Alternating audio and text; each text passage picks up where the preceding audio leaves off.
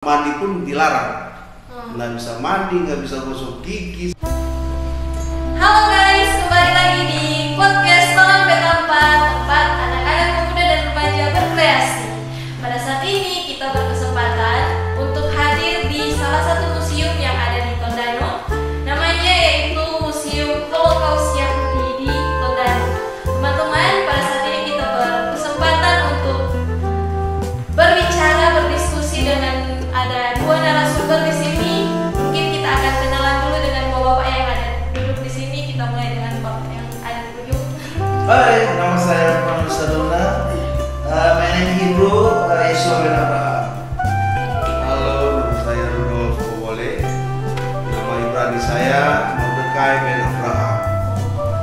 Oke, teman-teman, ternyata di sini dua narasumber kita di sini ada nama dari bahasa nama Ibrani. Nah, teman-teman, berhubung dengan lokasi museum ini ada di Tondano. Orang yang ada di sini bukan hanya sekedar sekitaran orang Tondano, tapi juga ada dari Manado. Oke, teman-teman, pada saat ini kita akan mulai dengan pertanyaan pertama. Tapi sebelum itu mungkin di podcast sebelumnya kita mempunyai host yang berbeda. Jadi perkenalkan, nama saya Anastasia Mandiri. Nama saya Jersey Masih. Kita akan memandu acara pada hari ini dengan pertanyaan yang pertama sebagai berikut. Pertanyaan yang pertama, sejarah terbentuknya sinagoge jemaat di sini dibentuk dari mana? Oke, silakan. Ya, sejarah terbentuknya Kehila dalam bahasa Ibrani atau jemaat sinagog itu diinisiasi oleh Rabi Yakub sendiri, ya. Jadi itu pemimpin kita dan diikuti oleh beberapa keluarga yang terlebih dahulu mereka beribadah di tempat ini. Ini keluarganya Bapak Yosua bin Abraham atau Bapak Manuel, ya, dan bersama keluarga. Itu sekitar kalau tidak salah 2009, tapi nanti kita dicek lagi. Jadi itu bangunannya belum seperti ini, masih bangunan yang lama. Jadi masih bangunan yang lama dan dengan peribadatan yang dimulai oleh Rabi Yakub sendiri dan tiba-tiba dan akhirnya ketambahan dengan satu keluarga yang ini mereka dari Manado. Jadi mereka setiap hari Sabat mereka naik di tempat ini untuk beribadah bersama-sama dengan Rabi Yakub di tempat ini. Sampai seterusnya dan ditambah lagi ada beberapa keluarga yang juga bergabung. Ada keluarga ini di depan sana yang bersama-sama dengan kita tadi. Ada satu keluarga lagi bergabung dan akhirnya ditambah lagi beberapa tahun kemudian dengan beberapa keluarga dan sampai hari ini ya kita hampir ada sekitar 10 atau 15 kakak. Jadi kalau jumlah orang beribadah jemaat Kehila itu ada 30-an ibadah, ya. Tapi kami terpencar. Jadi ada yang di Manado, saya ada di Bitung, ada yang di Ratahan, di bagian Minsel, Amurang. Jadi kami terpisah-pisah. Tapi kami karena keyakinan dan kerinduan untuk beribadah menghadap Tuhan, ya sejauh apapun itu tetap kami datang. Terkumpul. Okay. Begitu sejarahnya. Mungkin secara singkat ya. Singkat. Iya. Oke, teman-teman sudah mendengar sedikit sejarah singkat dari terbentuknya jemaat yang ada di sinagoge ini. Iya, sinagog Sahar sama Hasamayim. Ya, itu dia teman-teman. Karena bahasanya memang masih di luar jangkauan ternyata teman-teman.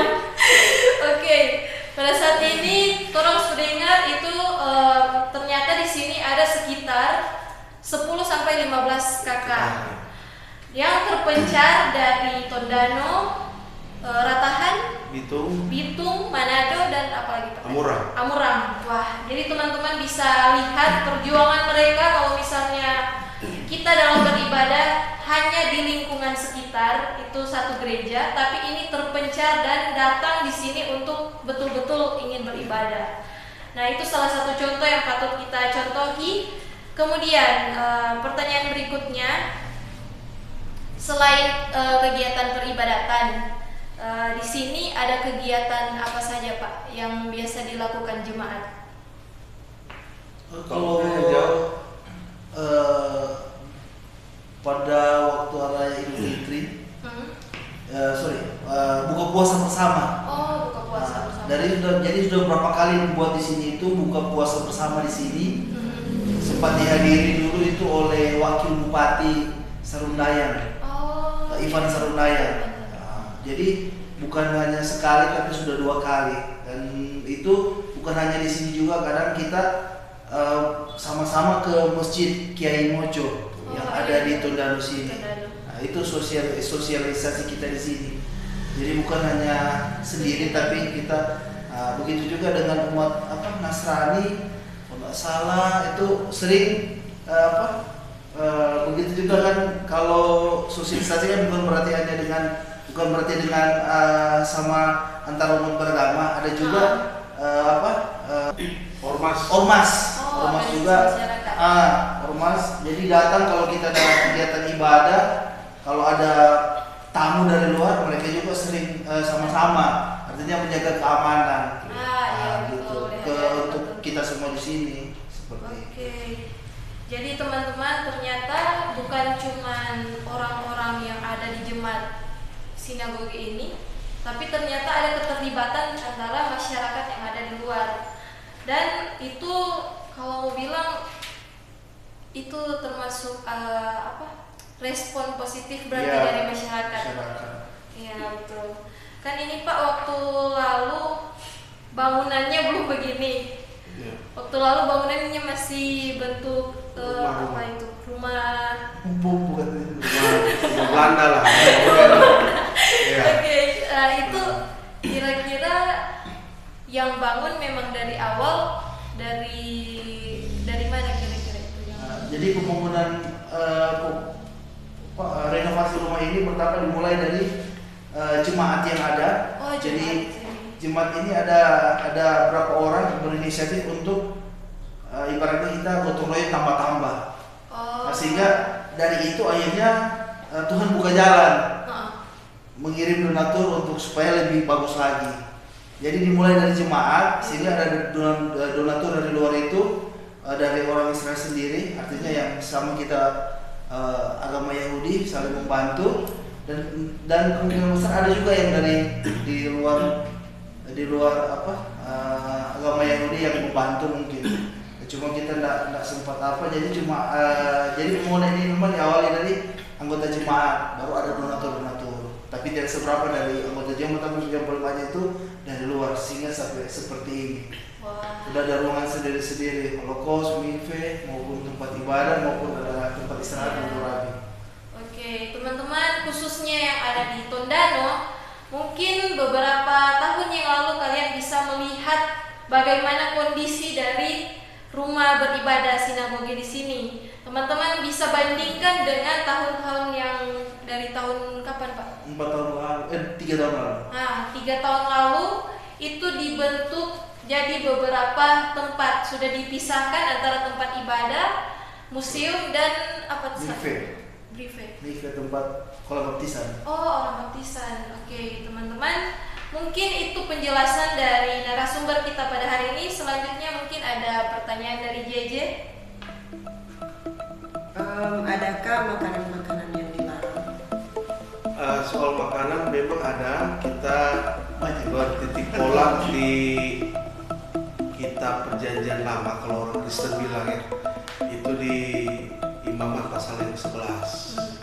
Jadi situ ada makanan-makanan yang dikhususkan memang untuk kita bisa makan dan tidak kita bisa makan. Jadi sistemnya dalam bahasa Ibrani kosher. Jadi kosher itu memang sudah menjadi standar Yahudi. Jadi standar bukan cuma Yahudi tapi kitab suci, sesuai dengan aturan mitzvah atau disebut perintah Tuhan, itu yang kita bisa makan. Jadi tidak sembarang makan. Seperti contoh udang kita tidak bisa makan, ya. Batu ikan harus bersisik.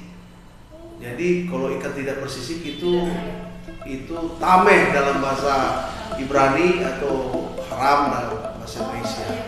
Jadi demikian juga ada beberapa jenis. Kalau misalnya di daging, dia harus ada khusus. Jadi rabi yang harus memotong dengan doa-doa. Jadi tidak sembarang juga kami makan daging. Jadi daging itu memang harus kosher. Kosher dalam pengertian dipotong dengan doa baca Ibrani. Kan biasanya kalau kita beli, jadi kita beli daging seperti daging ayam atau sapi, kita beli di pasar itu belum tentu kosher itu. Belum ya. Jadi memang harus potong sendiri. Nah, itu yang sudah kami lakukan di sini. Kalau kami suka makan daging ayam, biasanya itu rabi yang memotong sendiri. Oh, pantesan ada dapur sendiri. Iya, jadi dan dapur yang kami miliki sekarang itu sudah memang label kosher. Jadi tidak sembarang untuk memasak di situ. Karena memang dan ada beberapa jenis, sedangkan super bis saja itu kan ada yang mengandung udang. Iya, betul. Jadi kita nggak bisa sembarang juga makan itu. Jadi jadi soal makanan itu sangat selektif sekali soal. Tapi bukan berarti kita tidak bisa makan yang lain ya, itu kan banyak kan makanan seperti tahu tempe kan kita boleh makan. Cuma ya lebih amannya biasanya kita makan ikan atau makan telur atau makan ya seperti itulah. Tapi ketika kami suka makan daging, ya tentu rabi yang harus potong sesuai dengan aturan yang ada. Gitu. Mungkin ada yang lain? Ternyata teman-teman berbeda dari yang lain. Ternyata agama Yahudi juga ada larangan makanan-makanan tertentu. Iya. Dan untuk daging-daging khususnya teman-teman yang biasanya kita kunjungi di pasar itu ternyata tidak langsung diolah, langsung dimakan, tapi perlu doa khusus. Ya, mereka sambil dipotong perlu doa khusus. Saya nak potong sendiri, daging masih hidup. Oh, masih hidup. Iya, binatang masih hidup yang harus dipotong, diolah sendiri. Sembelih sendiri. Iya, diolah sendiri. Oke, teman-teman. Jadi itu ada pengetahuan baru lagi dari sini, teman-teman. Dan selanjutnya, Jack. Pertanyaan selanjutnya, hari apa saja ibadah dilaksanakan? Untuk hari ibadah biasanya untuk yang rutin kita hari Sabat, hari Sabtu. Jadi sebelum pembukaan hari Sabtu kan ada ibadah keluarga yang dilaksanakan di keluarga masing-masing. Itu buka Sabat, RF Sabat namanya. Itu dilakukan oleh keluarga masing-masing yang dipimpin oleh kepala keluarga masing-masing. Di rumah masing-masing. Itu dari 18.00 sudah mulai hari Jumat. Hari Jumat 18. Karena kita mengikuti perhitungan kitab suci. Kita sucikan dari Waihi Boker. Jadi dari petang sampai pagi. Dari petang ke pagi. Kalau perhitungan Masehi kan 24 jam. Dari jam 12.00 sampai jam 12.00. Kalau kita mengikuti kitab suci, jadi dari 18.00 ke balik pulang 18.00 ya. Jadi hari Sabat. Tapi juga ada hari-hari ibadah yang lain yang kami laksanakan itu seperti ibadah hari raya. Nah, hari-hari raya yang kita sebut ada 3 hari raya besar, Selos Regalim. Itu hari raya Pesak Paskah, hari raya Shavuot, hari raya Pentakosta, dan hari raya Sukkot atau disebut hari raya Daud. Nah, dari 3 hari raya ini terbentuklah namanya 7 hari raya. Dan itu ada di Imamat pasal 23. Di situ dijelaskan di situ dalam kitab suci itu yang ada di PL ya, kalau di Kristen punya Perjanjian Lama di Imamat pasal 23. Di situ dari contohnya ibadah hari raya Paskah atau Pesak. Itu pertama kami lakukan seder Pesak, makan Pesak malam bersama Kehila, bersama Rabi yang dipimpin oleh Rabi. Baru itu ada hari raya berikut, yaitu hari raya roti tidak beragi. Jadi yang uniknya di sini kami melakukan 3 hari sebelum memasuki hari raya, setiap yang beragi itu kami singkirkan. Wah. Ya, jadi kami singkirkan dari dalam rumah, kulkas mesti dibersihkan. Itu abu-abu yang kami anggap itu juga ada dimaksudkan ragi itu dibersihkan semua. Jadi rumah hari itu mesti bersih sebelum masuk di perayaan hari raya itu. Itu jatuh di tanggal? Itu kebetulan jatuh di tanggal 14 Nisan. Itu biasanya Pesak di bulan Maret April. Wah, baru lewat. Iya, sudah lewat. Sudah lewat. Tapi nanti teman-teman kalau mau suka lihat berikut kan boleh Toh, bagaimana itu tidak dilarang sih, tapi memang untuk perayaan Pesak begitu memang dikhususkan biasanya begitu. Terus yang ketiga itu buah sulung.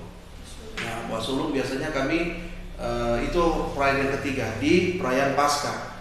Pada itu yang keempat itu tadi saya bilang hari Pentakosta, itu disebut hari Shavuot. Dan yang kelima hari Penuh Daun. Di situ ada namanya pertama hari Rosasana, itu tahun barunya, atau yang kami sebut biasanya kepala tahun atau hari lahirnya bumi, Rosasana begitu. Nah, itu jatuh di tanggal 1 sekitar bulan September Oktober.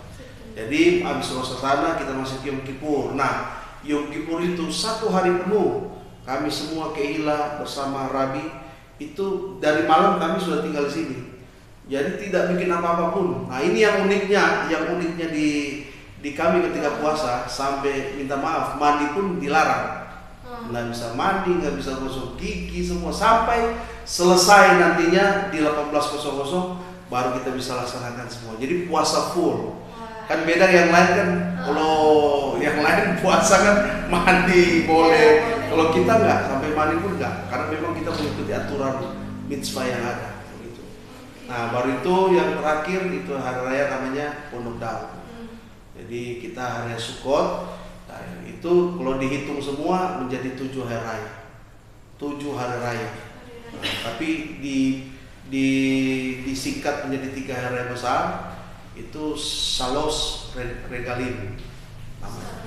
Iya. Ya, di note ya teman-teman, ternyata di sini banyak istilah baru, khususnya yang mungkin yang sekolah teologi ada yang tahu. Lebih bagus ya.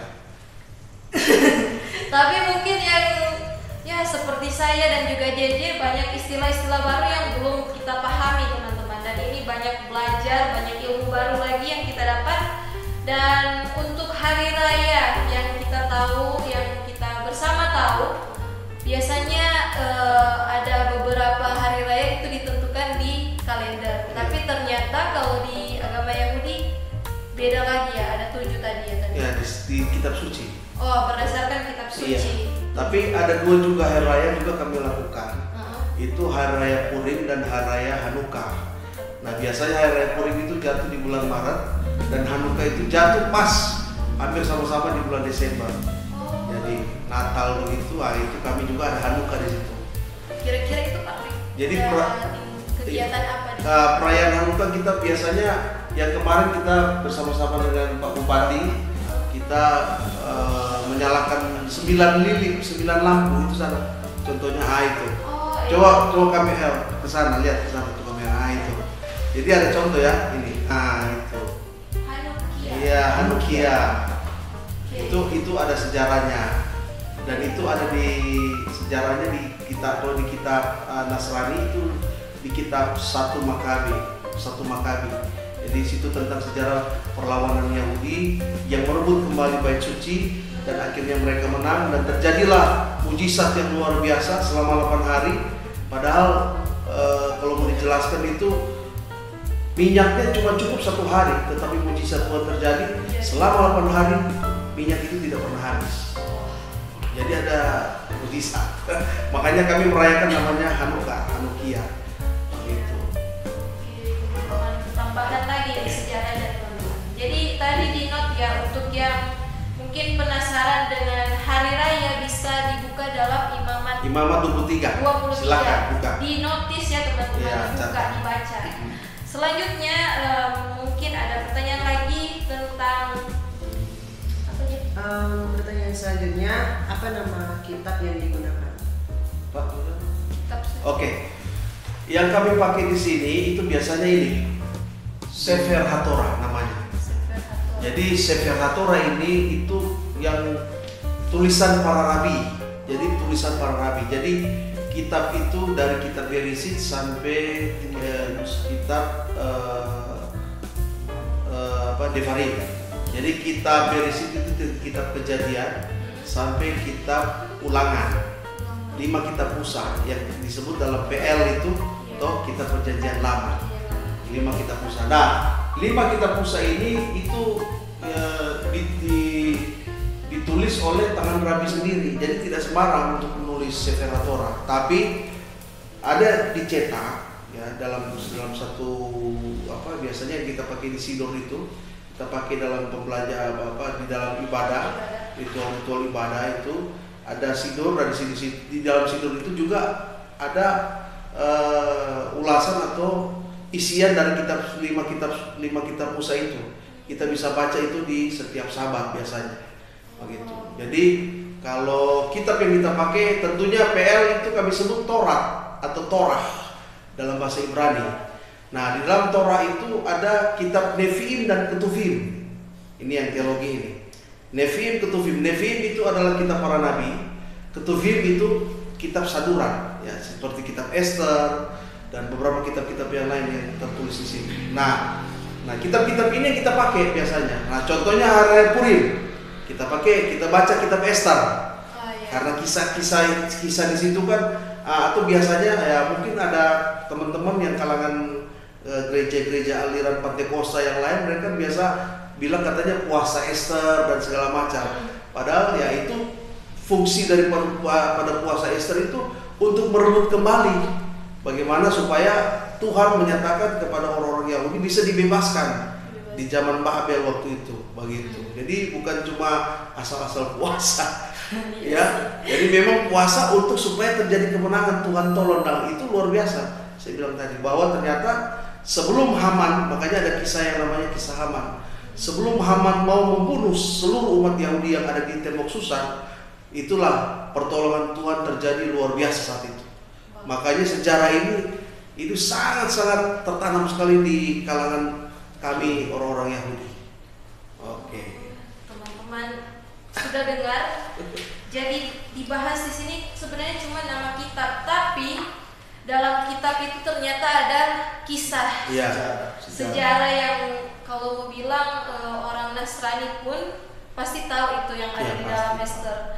Nah, teman-teman bisa baca lagi di kitab Esther kalau misalnya teman-teman masih penasaran, masih ada istilahnya, masih ingin tahu lebih dalam ya, tentang silakan baca, ya. Bisa langsung baca di kitab Esther. Ya, silakan baca tentang sejarah itu.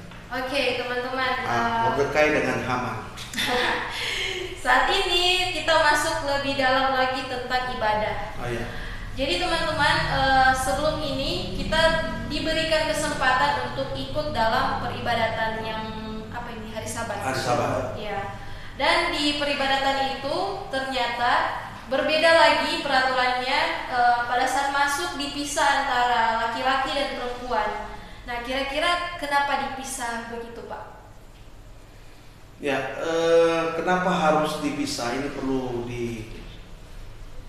diperhatikan, menjadi satu catatan bahwa agar supaya para laki-laki itu konsentrasi ketika beribadah.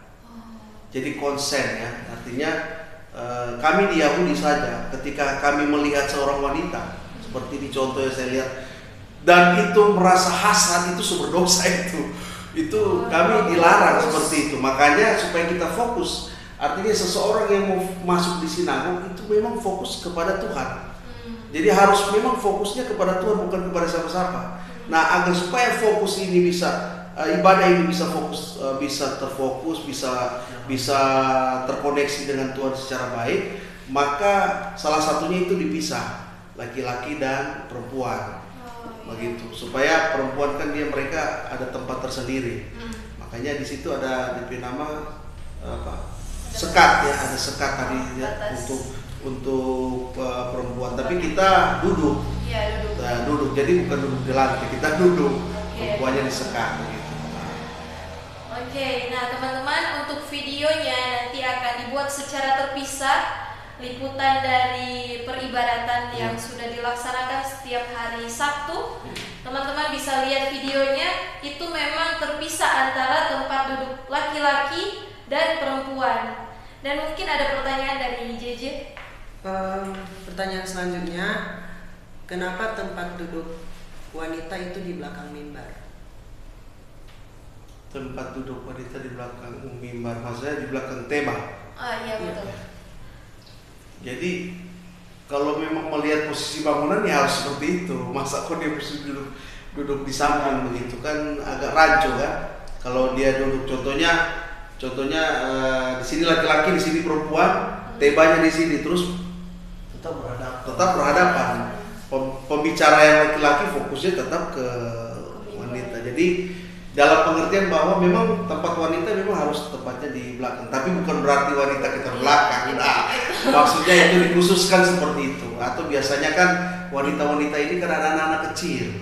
Tuh, jadi anak-anak kecil yang supaya mereka bisa konsentrasi dengan anak-anak mereka. Jadi ini bapak-bapak memang kan bapak-bapak kepala rumah tangga yang memang harus diajar dan dia harus menghajar nantinya kepada istri anak-anaknya tentang perintah-perintah Tuhan yang sudah didengar dalam peribadatan tadi begitu. Jadi bukan masuk kanan keluar kanan lagi. Ya dia tuh jadi masuk kanan, masuk di otak, di hati dan dilakukan. Fokus Pak. Jadi itu saja jawabannya. Teman-teman, ternyata itu ada alasan tersendiri kenapa tempat duduk kebetulan di belakang apa tadi tema? Di belakang mimbar. Ternyata ada sebutannya lagi. Iya, tema itu mimbar. Dan itu untuk fokus dari para jemaat pria agar supaya tidak terganggu dengan mungkin dari fisiknya wanita mungkin kalau misalnya berhadapan. Jadi ternyata itu teman-teman alasannya kenapa dipisah dan kenapa buat sendiri tempat untuk posisi duduk untuk wanita. Dan terus mungkin ini berkaitan dengan ibadah. Kan di ibadah itu kitab sucinya menggunakan bahasa Ibrani. Betul. Ya, di bahasa Ibrani itu kan ada anak-anak. Iya. Kira-kira caranya membina anak-anak pada saat ibadah bagaimana? Jadi memang biasanya nantinya ke depan kami akan ada namanya guru khusus anak-anak. Ya, jadi untuk sementara ini kan anak-anak kita gabung dalam peribadatan. Tapi mereka di rumah itu diajar oleh ibunya. Iya, jadi ibunya yang memiliki tugas untuk mengajar anak-anak di dalam pemahaman tentang Ibrani. Baik dalam biasanya kan ibu yang paling dekat dengan anak-anak loh. Jadi dari alfabet itu seperti A, B, C, D itu alef, bet, gimel, dalet, wawza. Jadi itu yang harus disampaikan, yang dikuasai dan anak-anak itu sudah diajar. Tapi bukan berarti keterlibatan kepala keluarga tidak ada. Ada. Jadi kepala keluarga kan biasanya kerja pulang baru dia sampaikan toh bagaimana caranya hidup sebagai orang Yahudi yang melakukan perintah ketetapan Tuhan seperti itu. Oke, jadi teman-teman bisa dengar bahwa untuk anak-anak ternyata itu memang ada pembelajaran khusus dari ibunya. Tapi tidak menutup kemungkinan dari orang tua dari bapaknya juga terlibat. Dan itu untuk huruf. Jadi teman-teman kalau misalnya lihat nanti di video ada full zoom itu di kitab sucinya. Itu tulisan Ibrani, bahasa Ibrani juga.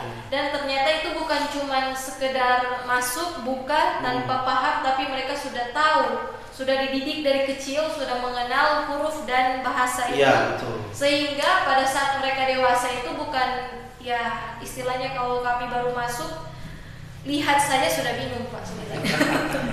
Jadi begitu teman-teman. Kemudian ada pertanyaan lagi tentang lemari. Lemari. Oke. Nah teman-teman kalau misalnya nanti lihat di video ada pada saat peribadatan ada lemari yang di bagian depan itu dibuka. Kira-kira lemari apa itu Pak? Isinya di dalam kan ada yang warna silver, ya, mahkota. Jadi itu isinya ini Sefer HaTorah sama. Jadi begini, di dalam Yahudi ketika Sefer HaTorah itu harus keluar, dia harus menyentuh yang namanya 10 orang, minyan namanya. Nah, minyan ini mengikuti dengan apa yang dilakukan terjadi di Niniwe. Saudara pasti tahu itu ya. Teman yang lain atau ada yang lain pasti tahu. Bagaimana ada sejarahnya di situ di dalam kitab suci bahwa ketika Abraham berdoa ya kepada Tuhan melalui Malach Hashem atau malaikat Tuhan, di situ bahwa mereka kan datang untuk menghancurkan ini, maka Abraham bikin penawaran dengan Tuhan. Tuhan, kalau ada 50 orang, kalau ada 40, ada 20, sampai ada 10. Nah 10 itu menjadi satu titik pokok di dalam Yahudi. Artinya ketika kita ada 10 orang laki-laki beribadah Yahudi ini ya Yahudi ya, bukan di luar Yahudi. 10 orang laki-laki Yahudi, maka sefer yang ketika buka itu sefer Torah itu keluar. Nah gitu. Jadi selama dia belum terkumpul 10 orang Yahudi, belum. Tapi ya Baruch Hashem atau puji Tuhan, biasanya 10 orang nanti datang, biasanya ada yang Yahudi dari Amerika keluar datang kemari berkunjung. Kita itu dapat minyak biasanya. Nah, kenapa kami senang sekali ketika kami minyak dan ada perintah di situ minta apa saja itu Tuhan kasih. Yang jelas hal-hal yang positif dan itu terjadi. Dan itu kami alami dan itu luar biasa. Begitu. Jadi bukan asal-asal. Ya kan kalau di kitabnya orang Nasrani kan 2-3 orang berkumpul. Ya, betul. Tapi kalau kami standarnya memang harus 10 orang laki-laki. Yahudi harus laki-laki. Yahudi begitu. Nah, itu catatan khusus. Jadi itulah kenapa Sefer HaTorah harus keluar. Dan itu biasanya kami ada acara-acara khusus diarak-arakan di antara kehilaf laki-laki, jemaat laki-laki dan jemaat perempuan untuk mereka bisa sentuh. Tapi kalau belum mencukupi minyak ke 10 orang, biasanya kita hanya buka saja, doa tadi untuk pemerintah, doa untuk orang sakit, tutup lagi begitu. Tapi bacanya kami melewat sidur ada, tetap baca, setiap ini tetap baca kami, baca Torah seperti tadi. Oke, teman-teman, mungkin itu penjelasan kenapa harus dibuka dan syaratnya ternyata harus ada 10 orang laki-laki Yahudi. Minyan, teman-teman. Jadi itu kalau misalnya tidak terkumpul 10 orang tetap akan ibadah, tapi tidak keluar itu kitabnya. Jadi itu teman-teman sekilas tambahan lagi tentang peribadatan di dalam sinagoge. Dan teman-teman kita akan lanjut tadi Pak saat buka lemari itu kan ada semacam menganggukkan kepala begitu kan Pak. Kira-kira itu apa itu? Itu tanda penghormatan lah. Penghormatan. Tanda penghormatan kalau kita orang menghadap Tuhan kan orang harus merunduk. Sedangkan kita menghadap pimpinan daerah sudah pala gitu orang datang gitu, kita menghadap. Jelas kita menghormati Tuhan. Jadi teman-teman nanti lihat di video selanjutnya. Dan yang terakhir, jadi ini pertanyaan terakhir dari kami. Siap. Adakah ketentuan khusus untuk jemaat dalam hal berpakaian? Untuk menjadi lifestyle-nya di kami ya, kami kan harus menegaskan bahwa kami ini Yahudi Sephardi. Jadi Yahudi Sephardi itu Spanish Portugis. Jadi setiap laki-laki itu ya memang harus pakai jas seperti ini, bajunya harus putih hitam. Demikian juga perempuan itu harus agak tutup ya sampai di kaki. Dan ini menjadi catatan kenapa ketika perempuan ada yang kelihatannya pakai seperti jilbab ya, atau yang kami sebut dalam bahasa Ibrani itu misnefer.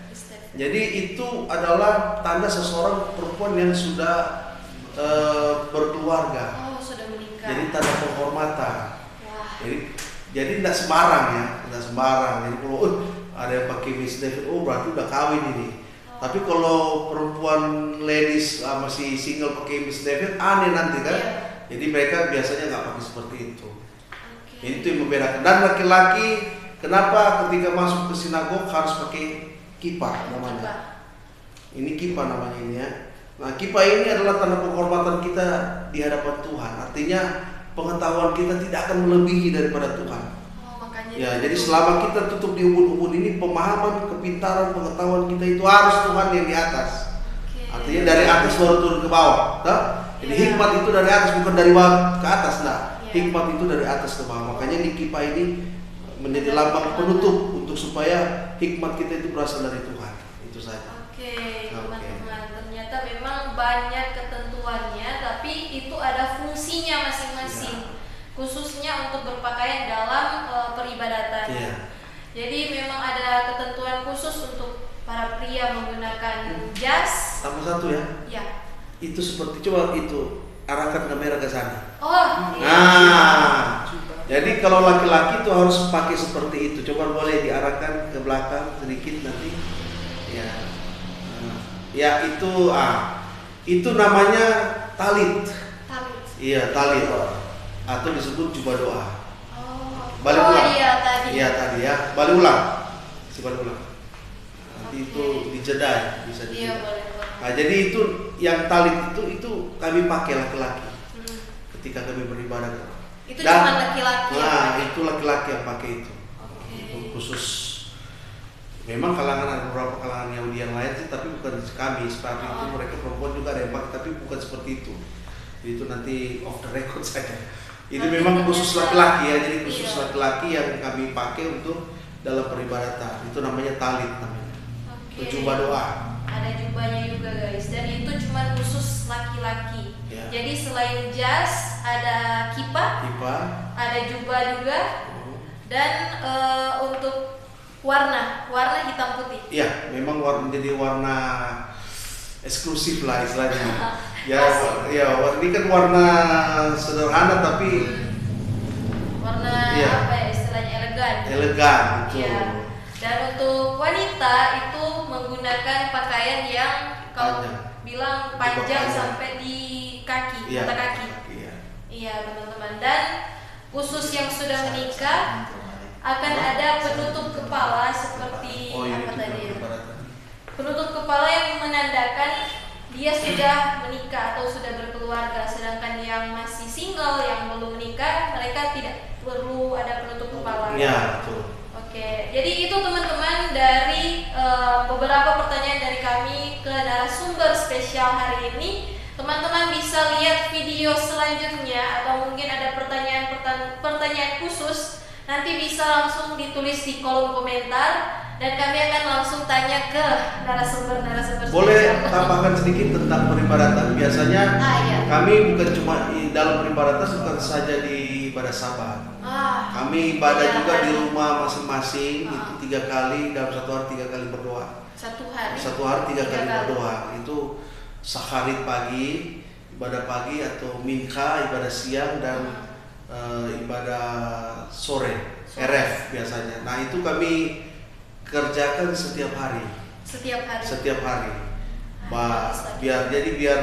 Biar yang mereka bekerja di kantor atau kerja, mereka ambil waktu luang untuk berdoa.